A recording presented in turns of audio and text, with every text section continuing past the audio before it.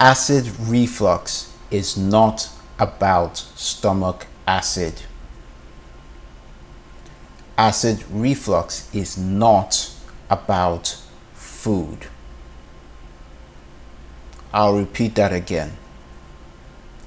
Acid reflux is not about stomach acid. Acid reflux is not about food. Acid reflux, or GERD, affects approximately 1 in every 3 American adults and about 1 in 5 in Western countries, and about 1 billion people worldwide. The proton pump inhibitor, the PPI drug, is the 3rd most revenue generating drug for the big pharmaceutical companies. And PPIs have a global market cap of around $4.02 billion, and it is still forecasted to grow even more. Acid reflux can affect anyone. It doesn't care how old you are. It doesn't care where you're from. It doesn't care whether you're male or female. Neither does it care about whether you're rich, middle class, or working class.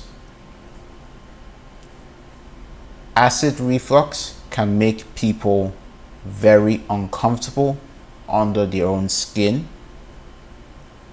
Acid reflux makes eating and enjoying your meals difficult. Acid reflux can severely degrade your quality of life. This situation isn't made easier by focusing on the wrong things. See, we have the conventional allopathic medicine coming to the absurd conclusion that acid reflux is caused by excessive stomach acid. An extremely daft premise. It is as daft as those who think that heart disease is caused by excess cholesterol. We have the holistic health industry coming to a conclusion that acid reflux is caused by an H pylori infection, which leads to most cases a low stomach acid. This may be true in most cases, but it is not a unified way of coming to the root of acid reflux. Guys, it is time for a new paradigm.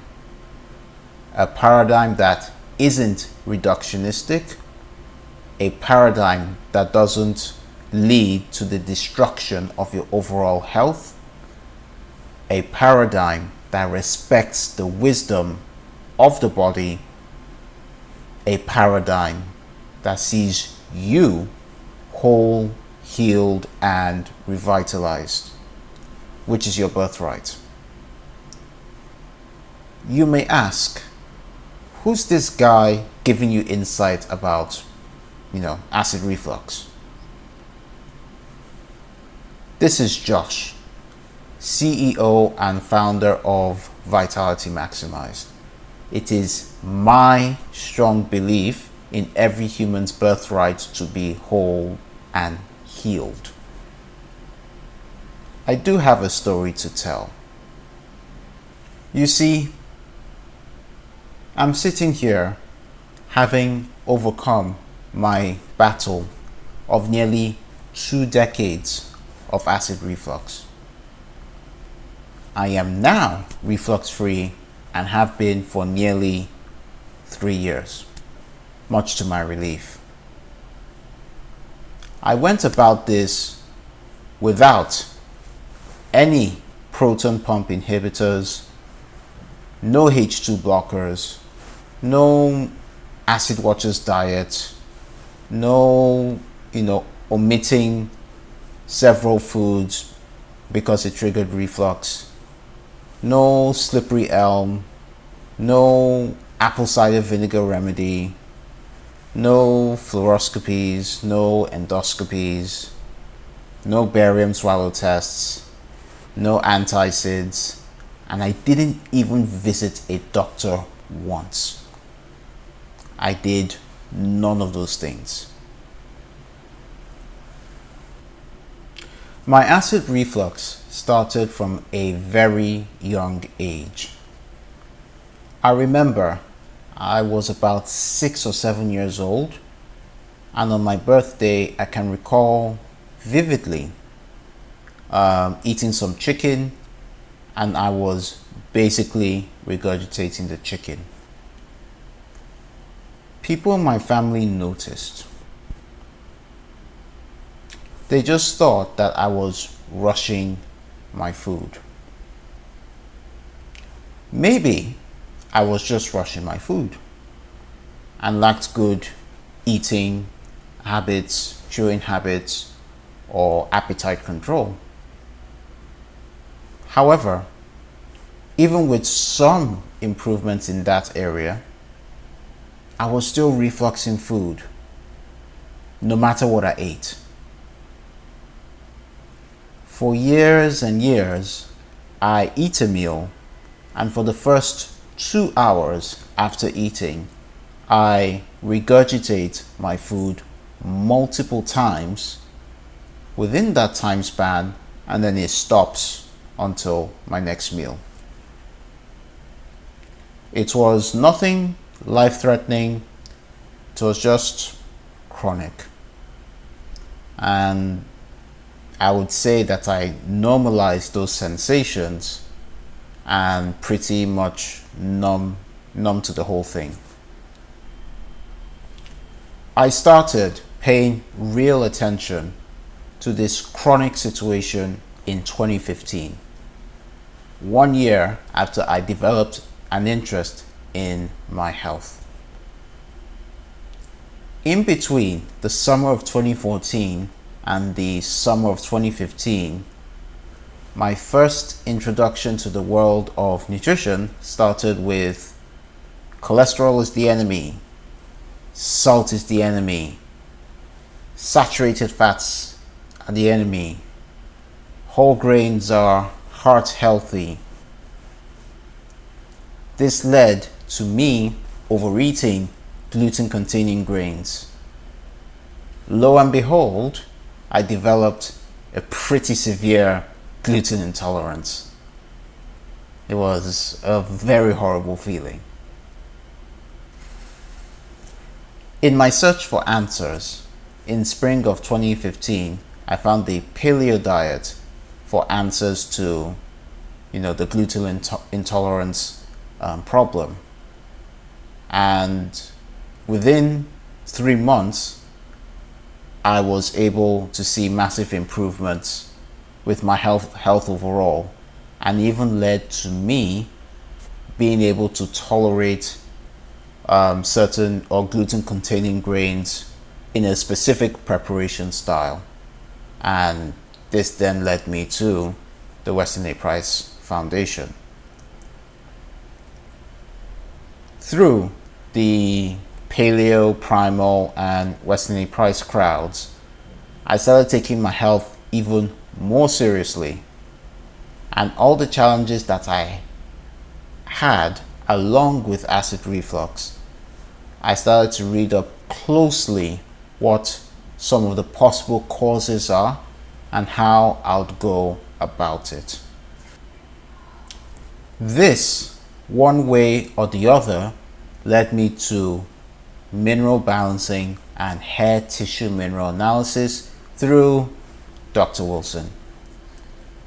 After a year of questioning and numerous backs and forth emails with Dr. Wilson, after I graduated from high school in 2017, I began the free program. In June of 2018, I started a full program and have been on it since then. And a very important note, between 2014 and 2018 were extremely pivotal in my journey, because by then I developed a strong constitution of what I'll eat, what I won't eat, how I'll prepare my food, and how I won't prepare the foods that I eat. Not only that, I developed a very strong foundation about optimizing my health by hardly having to spend a dime. Fast forward to the beginning of 2022, I was still, suffering from acid reflux. So I changed things up. Once that year began, I did these three things. I added one extra paramin from Endomet Labs in my supplement program. I changed my light bulbs from LED to incandescent light for my bedroom, and I was more aggressive in my use of the single near infrared lamp that I have had since 2018. The first 6 months of 2022 were categorically the worst 6 months of my adult life, but it proved to be absolutely monumental in remissing acid reflux. There were 3 critical things that happened that turned the tide on top of the foundations that I built. I stopped reading the news, especially independent news media. I started to bias towards action. I vowed to never let myself succumb to indecision. And in the month of May, there was a moment where I cried a lot in light of some of the financial mistakes that I made within the first 6 months of 2022. Those 3 were extremely pivotal, especially crying, because the moment I burst into tears from some of the dumb things that I did in those 6 months, I didn't regurgitate any food, and I was shell-shocked, although I didn't become too giddy. I waited for about 3 months to have consecutive days of no reflux to determine that I successfully healed myself from acid reflux. You could have concluded the last few minutes congratulating me for my remission of acid reflux, but still at the same time say, cool, yeah, that works for me, but it may not work for others or even yourself. My story is not shared for the purpose of what worked for me. My story was shared so that you have insight, so you could unlearn bad paradigms about acid reflux and enter a new paradigm where we look at acid reflux, heartburn, and GERD from multiple angles in a comprehensive manner. If you distilled anything about my story, not once did I mention about stomach acid. Let's break down the absurd premises that conventional medicine takes in tackling acid reflux.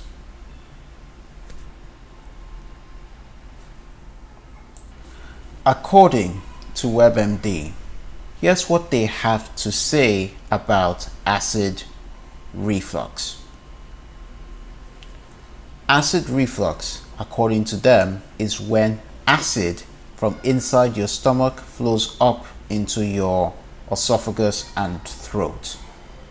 At the entrance to your stomach is a valve, a ring called the lower esophageal sphincter.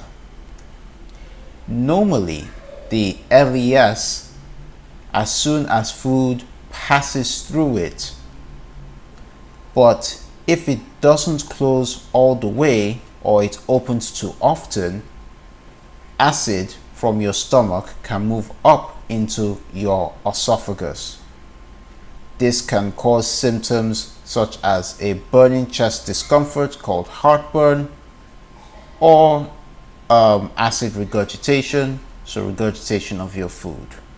That last bit I added for emphasis.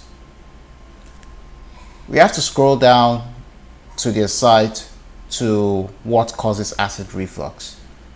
The only thing that they mention is hiatal hernia, and they talk about common risk factors such as being overweight or obese, eating a heavy meal and lying on your back, snacking close to bedtime, eating certain foods such as citrus, tomatoes, chocolates, mint, garlic, onions, yada yada, drinking certain beverages such as alcohol, carbonated drinks, coffee, tea, smoking, even being pregnant, or taking medications such as aspirin, ibuprofen, muscle relaxers, and blood pressure medications. As someone who has had acid reflux for almost 2 decades, especially since 2014, I was nowhere near being overweight or obese. In fact, between the summer of 2013 and the summer of 2014, I had lost about 30 to 35 pounds and became even more muscular. I don't snack before bed. I don't drink alcohol, carbonated drinks, coffee, nor tea. I never took any medications. I don't smoke cigarettes. And I rarely ate heavy meals.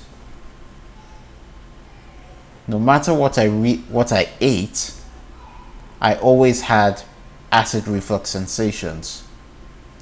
Hence, I never wasted my time figuring out which foods triggered reflux.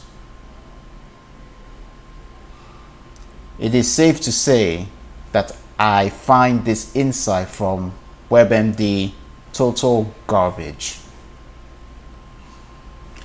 I am sure that there are lots of people in my shoes at some point who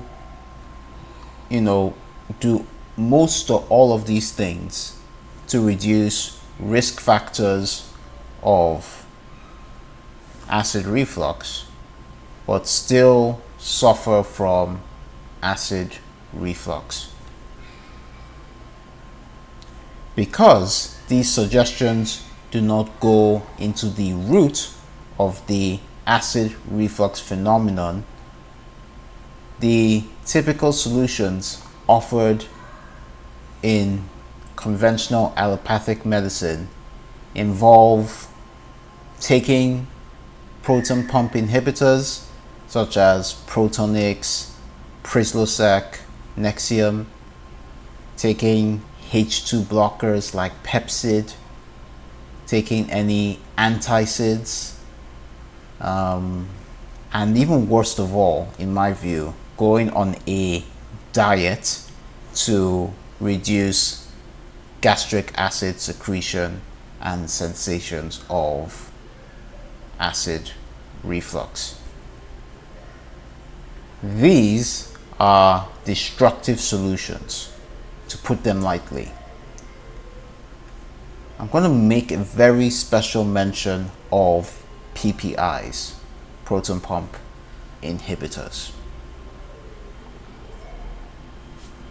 Taking PPIs increases the risk of all-cause mortality by 19%, cancer-induced mortality by 30%, cardiovascular disease by 13%, respiratory disease by 32%, fractures and osteoporosis by at least 45%, and digestive diseases by 50% compared to non-PPI users. On top of this, several nutritional deficiencies have been reported with long-term PPI use, such as calcium, magnesium, zinc, vitamin B12, and iron, just to name a few. This is not looking good at all, with PPIs. Not looking good at all. I am frequently on Reddit and engage in the GERD subreddit. There is post after post after post after post of GERD sufferers suffering from reflux symptoms and have had no relief whatsoever taking PPIs. It begs the question, are PPIs even a good acid reflux suppressant? Even if you get symptomatic relief from taking PPIs, you trade that for much weaker digestion. So good luck digesting and assimilating the foods that you even eat.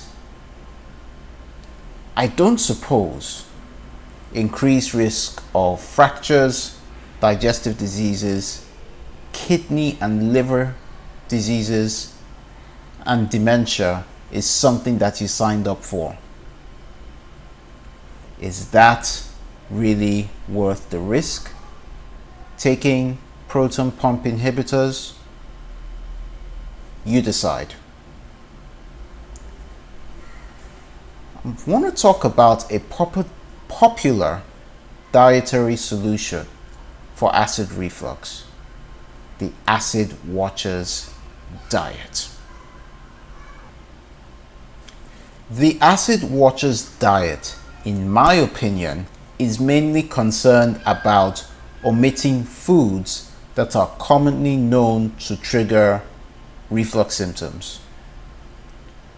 The main premise of this diet movement is that pepsin, the enzyme that breaks down food in your stomach, presents a danger.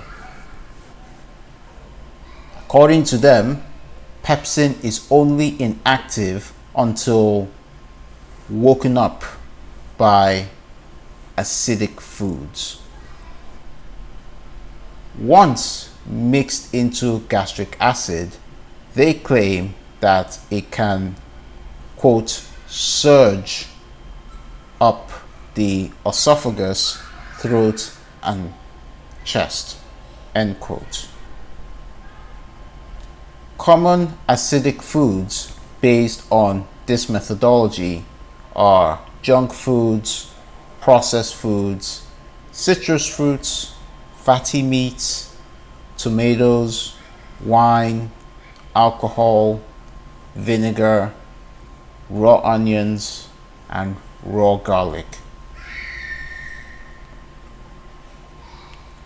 A lot of people avoid these foods in their acid reflux journey. A growing number of people reflux and react to foods no matter what they eat. Are they just going to avoid eating lots of different foods, all in the name of reducing acid or reducing symptoms? I don't know about you, but that doesn't make sense. Additionally, does this diet movement not recognize the role of the lower esophageal sphincter and how that ring muscle is actually regulated? The diet omissions are not the worst in the world, but it focuses way too much on reducing acid. The focus is still fixated on the manifestation of the problem and not the underlying root of acid reflux. As we go deeper into the real causes of acid reflux, you'll discover how stomach acid is at best secondary to the real solutions for acid reflux. Let's shine some light on the holistic health industry, who automatically associate acid reflux to low stomach acid and H. pylori. A premise for the association between acid reflux and low stomach acid is the H. pylori bacterium. The general claim is that if someone is susceptible to H. pylori, the target organ for H. pylori is the stomach and can interfere with stomach acid secretion.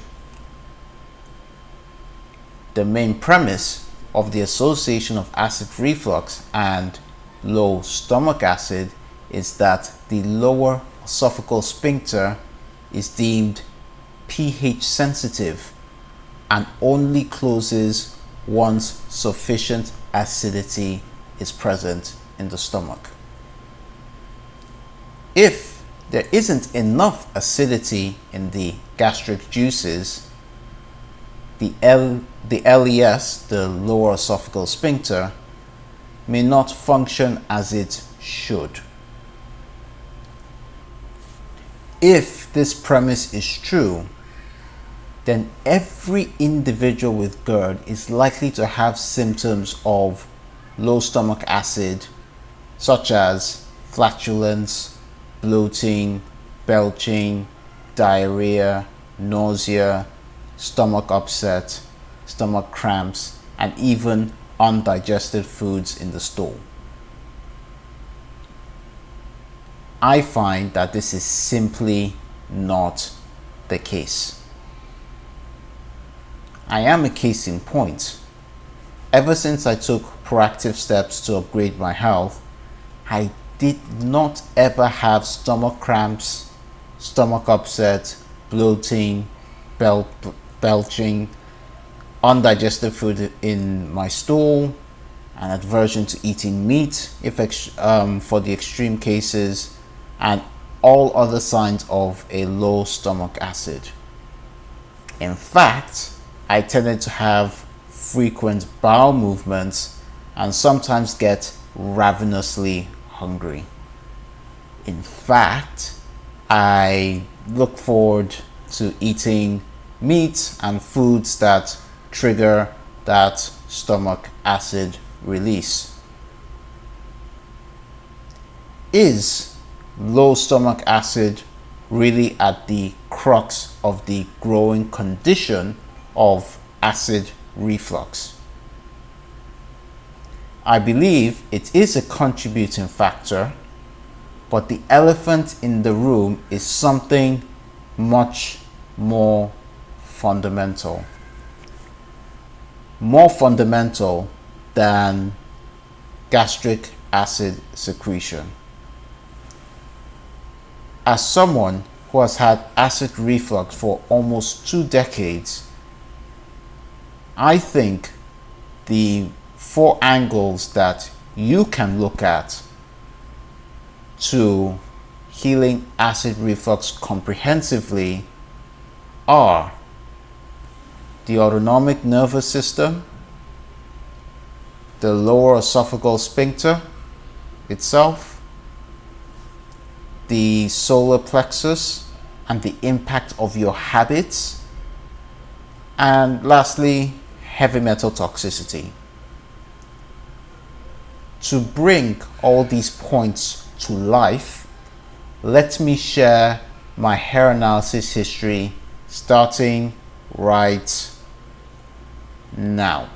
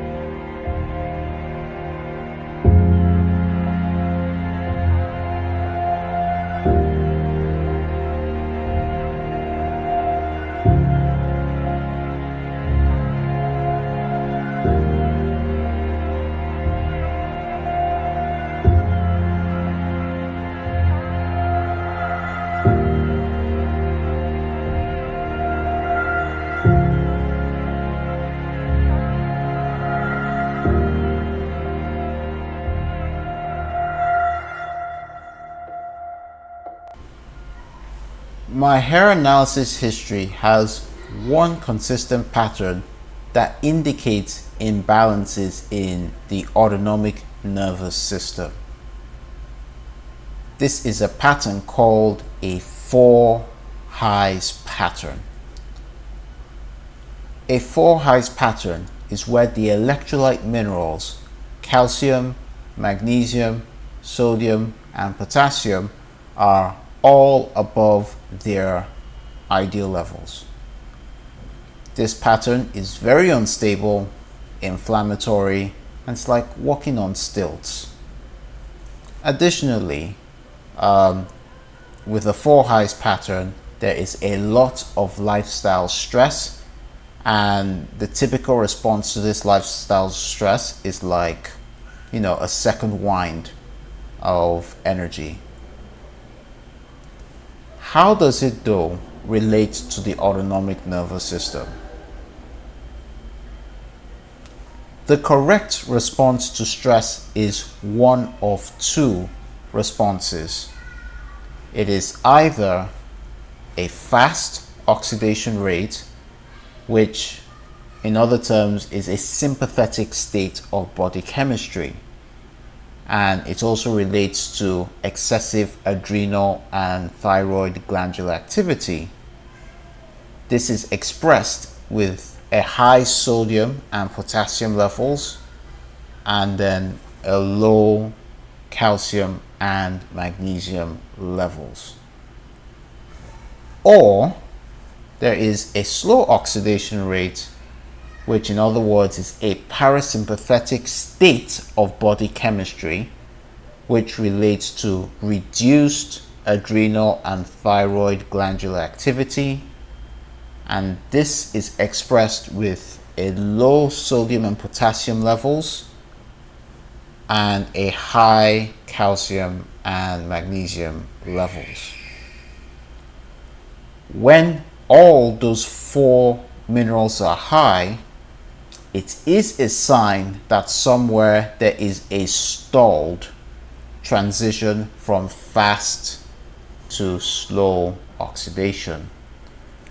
These are one of the hallmark signs of autonomic nervous system imbalances. This stalled transition in the stress response can interfere with certain hormones and neurotransmitters that regulate the autonomic nervous system. Chief among them is acetylcholine, which in turn can give rise to acid reflux. Based on connecting this dot between acid reflux and imbalances in the autonomic nervous system, as part of my road to healing, I did specific spot therapy on my back and across my spine, as the spine houses both sympathetic and parasympathetic nerves. By spot therapy, I mean using a single near infrared lamp. That is what I mean. Not everyone, though, with acid reflux will have a 4 highs pattern on their first or retest hair analyses. More severe cases of reflux and heartburn are likely in slow oxidation or deeper autonomic nervous system imbalances, such as one of my clients, Colin. The lower esophageal sphincter. One of the core manifestations of acid reflux is that the lower esophageal sphincter is not responding properly. The lower esophageal sphincter is directly regulated by the autonomic nervous system, as the act of eating and chewing are activities done via involuntary control. Another critical part of the lower esophageal sphincter that does not get discussed enough is that the LES is a smooth muscle. Anyone who is into fitness and understands opposing and complementary forces know that muscles contract and relax to function. In skeletal muscle, say your hamstring, with every muscle contraction, calcium binds onto a protein called troponin, which triggers the influx of acetylcholine. Calcium's opposing but complementary friend is magnesium. Magnesium is used for muscle relaxation in the body, acting as a calcium channel blocker. Now let us transfer this principle to the lower esophageal sphincter. every muscle contraction with the lower esophageal sphincter, given that it is a smooth muscle, calcium binds onto a protein called carmodulin, forgive my pronunciation, triggering the influx of acetylcholine. Magnesium, in turn, helps with the relaxation of that lower esophageal sphincter. On a hair analysis, malfunctions in the lower esophageal sphincter often correspond to high tissue levels of calcium and magnesium, as this is a sign that the muscle itself is hypofunctioning. When the body doesn't have enough available calcium magnesium to support muscle function, the body responds by calcifying these tissues to protect them from any further damage. This is one of the major biochemical manifestations of acid reflux.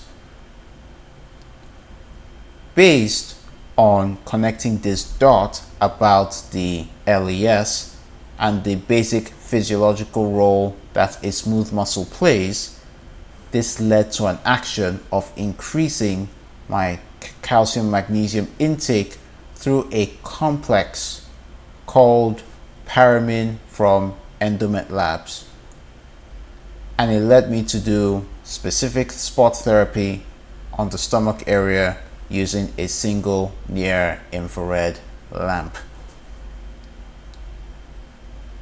You might ask though, and object to why I'm taking even more calcium and magnesium even when my calcium and magnesium levels are high. Specifically calcium. A high calcium and magnesium level on a hair analysis is a deficiency in calcium and magnesium. See, one of the major glands that regulate calcium and magnesium metabolism is the parathyroid gland. Think of your parathyroid as the body's braking system. When the body is running low on calcium and magnesium, which is very common today, the parathyroid signals to the body to borrow calcium as well as magnesium from the bones to support the blood and tissues in the body, which need them to support homeostasis. However though, that calcium and magnesium are not bioavailable. As a result, they occupy these areas of the body, down-regulating hormone and neurotransmitter function, as well as normal contraction and relaxation rhythms of the LES. I am aware that there is a movement in the holistic health space demonizing calcium because many major health problems manifest in calcium deposits in the tissues.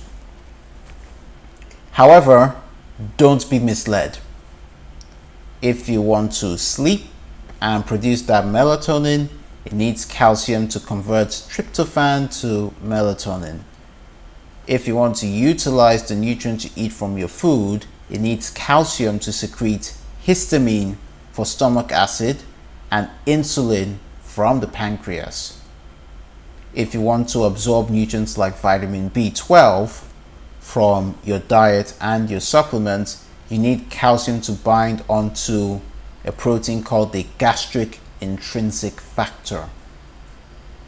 If you are a fan of the work of Weston A. Price and his book Nutritional and Physical Degeneration, he gave his patients as much as 3 grams of calcium from a mixture of diet and supplement needs overall to resolve dental caries. Calcium is the 5th most abundant element in the human body. Calcium is the biggest macro mineral in the body. Please, let's give calcium some appreciation and steer clear from lies and half-truths. If there is one area that simply cannot be overlooked in healing acid reflux, it is the solar plexus.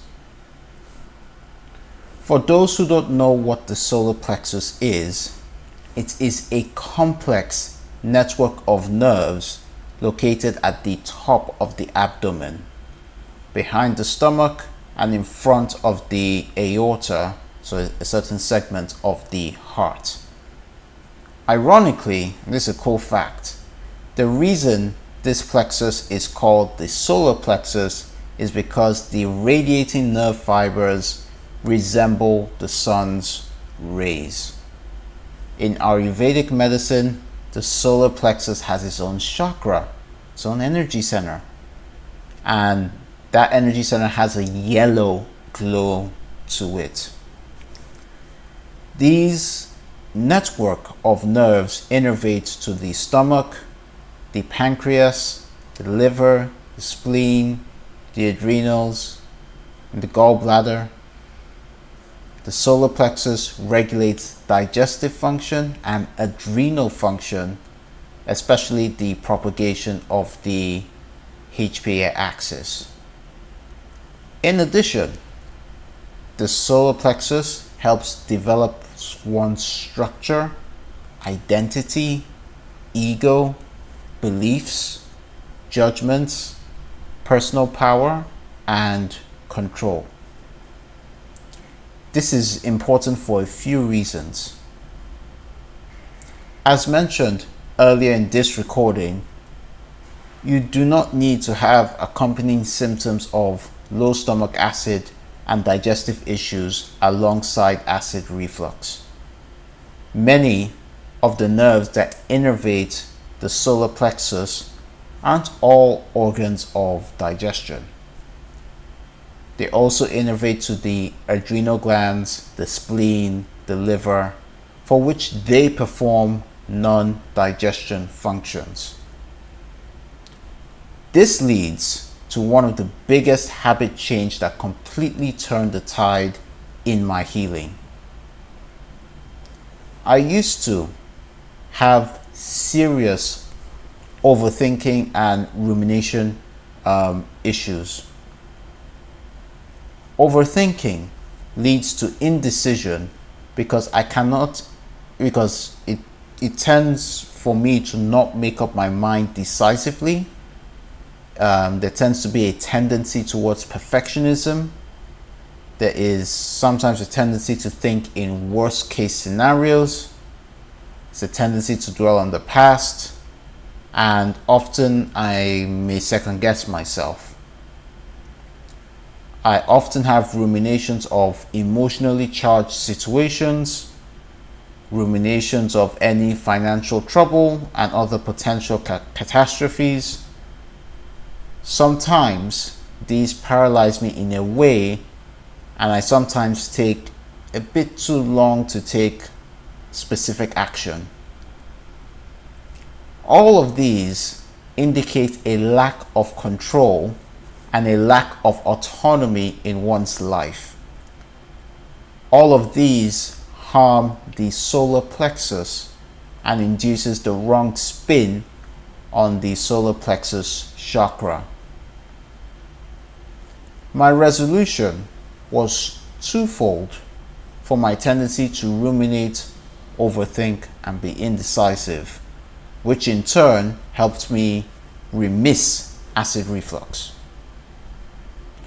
I decided that it was better for me to take imperfect action. I decided that in making decisions about anything that I do, I will eventually make mistakes, and it is fine to make mistakes. This doesn't mean though that I don't do my due diligence but it meant reducing the time between thought and action. A habit that was also no longer serving me was reading up on the news on my favorite independent news media. To me, I think it fueled the indecisiveness. Stopping regular scrolling of my favorite independent news media helped me shift my action to solutions rather than focusing and fixating on problems.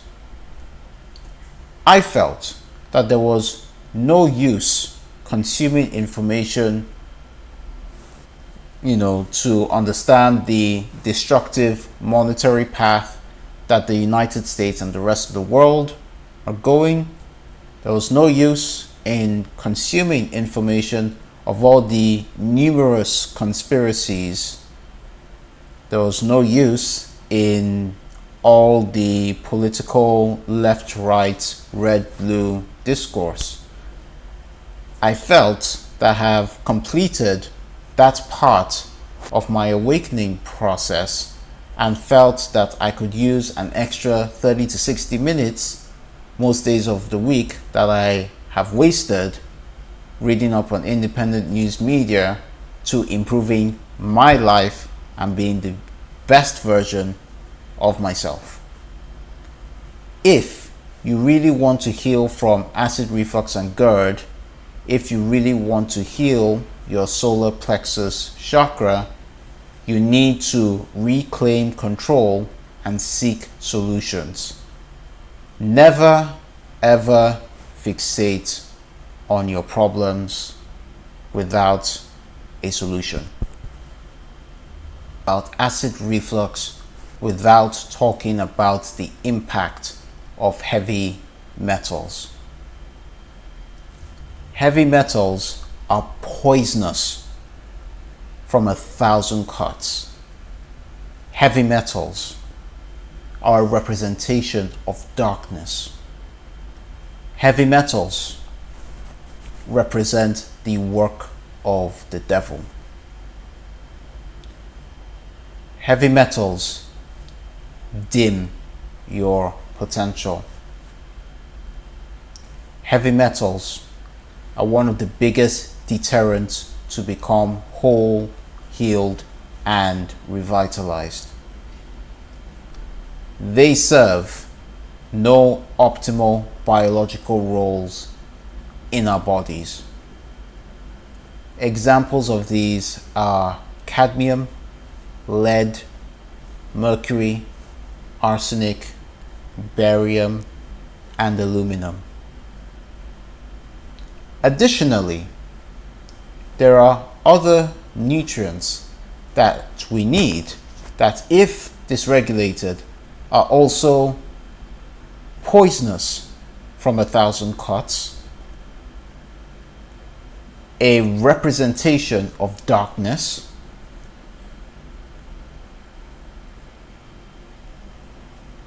a representation of the work of the devil.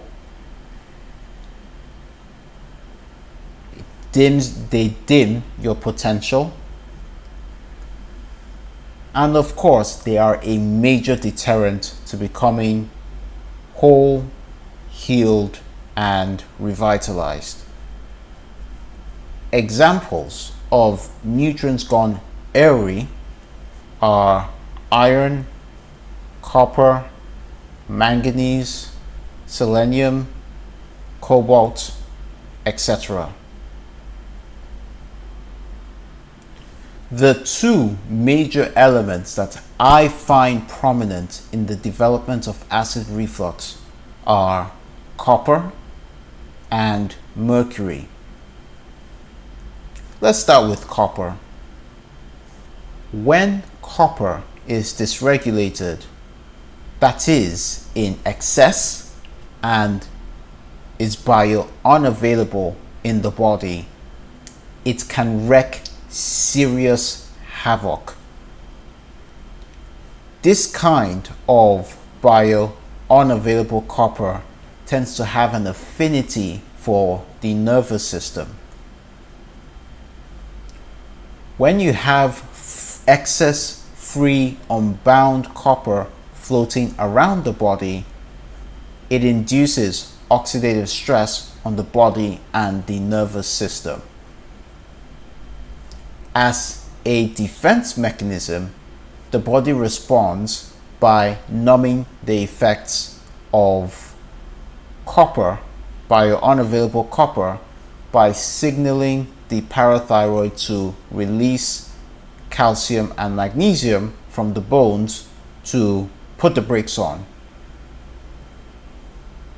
The release of this calcium blocks rhythmic contractions and relaxations in the LES, lower esophageal sphincter.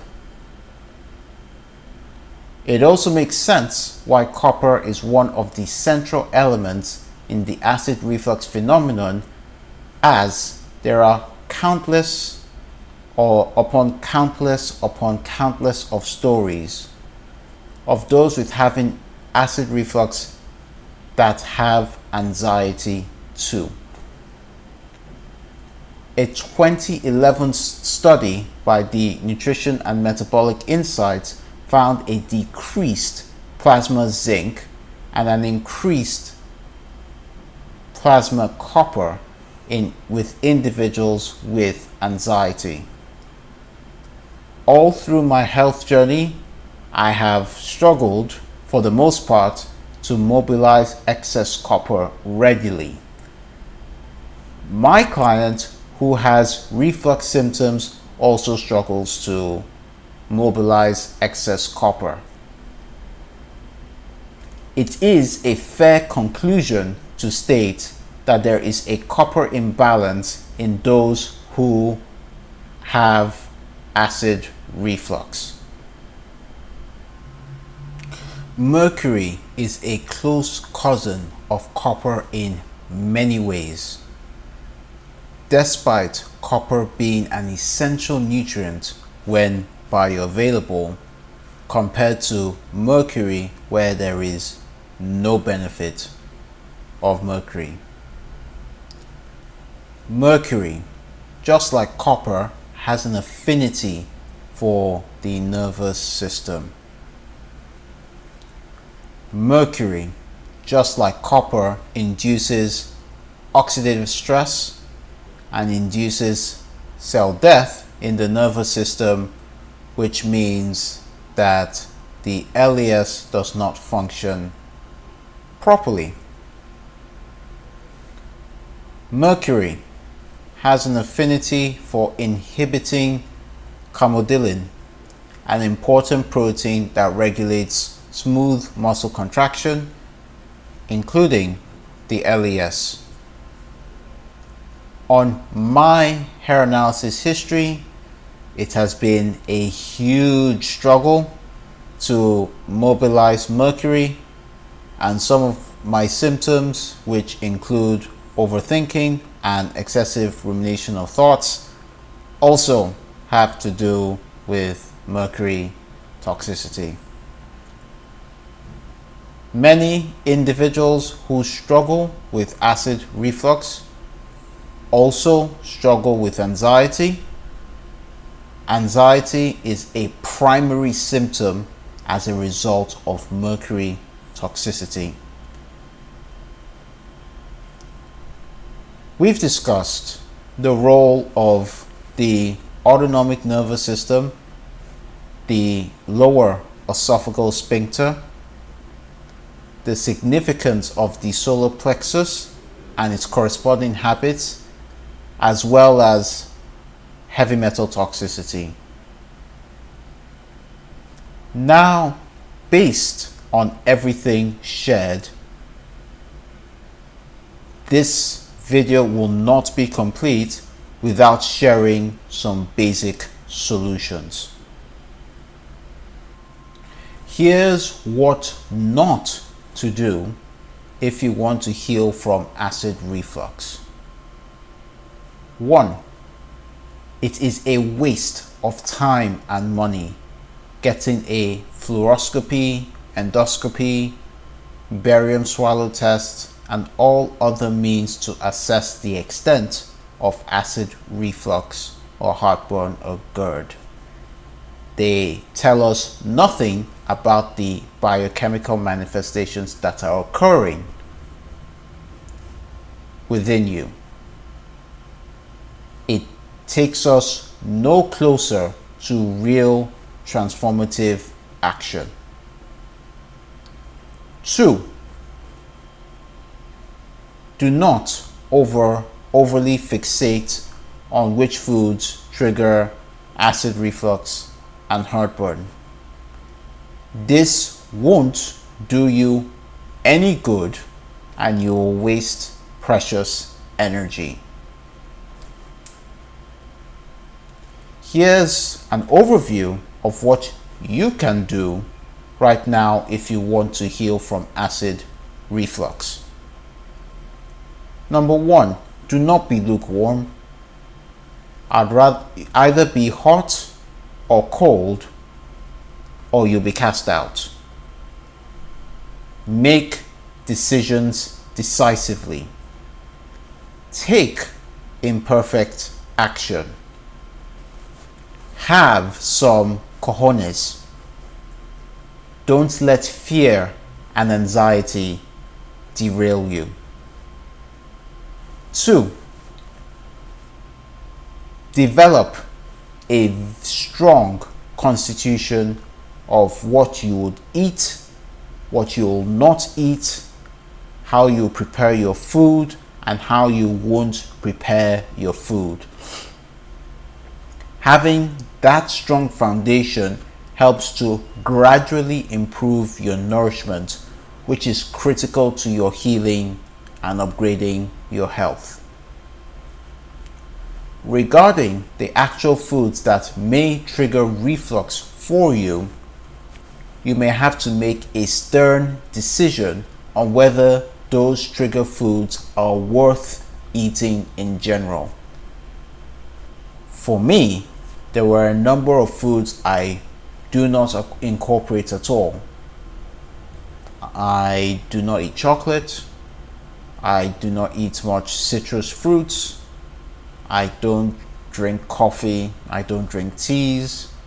I rarely fry or saute my food. I don't eat fast food. I don't eat pizza. I rarely even spice or season my food. There has to be non-negotiables of what you will entertain and what you won't entertain. Some of the things that I've just said now are some of the things that I won't touch for a foreseeable future.